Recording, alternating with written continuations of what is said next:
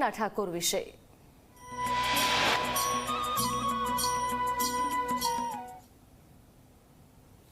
તો ઉત્સાહ સાથે ભક્તો ડાકોર પહોંચી રહ્યા છે। ડાકોરના ઠાકોરના સાનિધ્યમાં હોળી મનાવવા માંગે છે તમામ ભક્તો। ડાકોરના મેળામાં સૌ ભક્તો ઠાકોરજીને લાડ લડાવશે। વાજતે ગાજતે ડાકોર પહોંચી રહ્યા છે ભક્તો। અતૂટ શ્રદ્ધા સાથે વિશ્વાસ સાથે આજે તમામ ભક્તો ધજા પણ ચડાવી રહ્યા છે।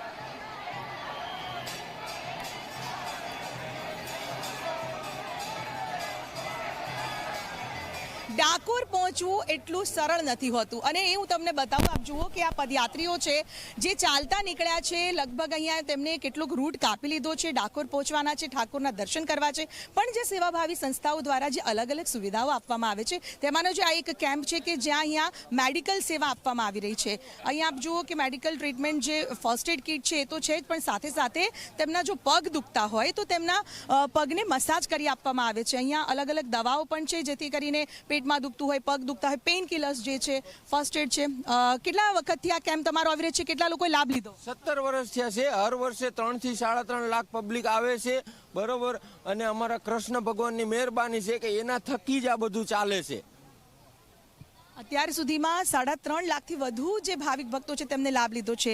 માત્ર આ સેવા કેમ્પ નહીં, પરંતુ અહીંયા આવતા જે લોકો છે તે ભૂખ્યા ન જાય તેનું પણ ધ્યાન શ્રી કૃષ્ણ મંડળ દ્વારા રાખવામાં આવે છે। ભગવાન શ્રી કૃષ્ણની તેમના પર મહેર છે અને આશીર્વાદ તેમના પર બન્યા રહે તેવી જ તે લોકોની લાગણી છે। કેમેરા પર્સન શૈલેષ સાથે ખ્યાતિ ઠક્કર, ઝી મીડિયા, ખેડા।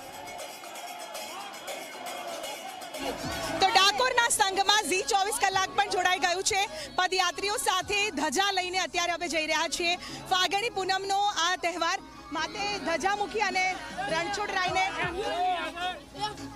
જય રણછોડ માખણ ચોરના નાદ સાથે અત્યારે અમે આગળ વધી રહ્યા છીએ।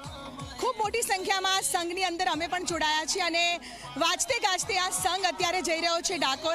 લગભગ એવું કહેવાય છે કે ગુજરાતના ખૂણે ખૂણેથી સૌ કોઈ આવે છે અને અહીં જોડાય છે। સંઘમાં આવતા હોય છે કેટલાક લોકો એકલા આવતા હોય છે। ડાકોરના ઠાકોરના દર્શન કરીને ધન્યતા અનુભવે છે। કેમેરા પર્સન શૈલેષ સાથે ખ્યાતિ ઠક્કર, ઝી મીડિયા, ખેડા। હોળીના પાવન અવસરે યાત્રાધામ શામળાજી ખાતે વહેલી સવારથી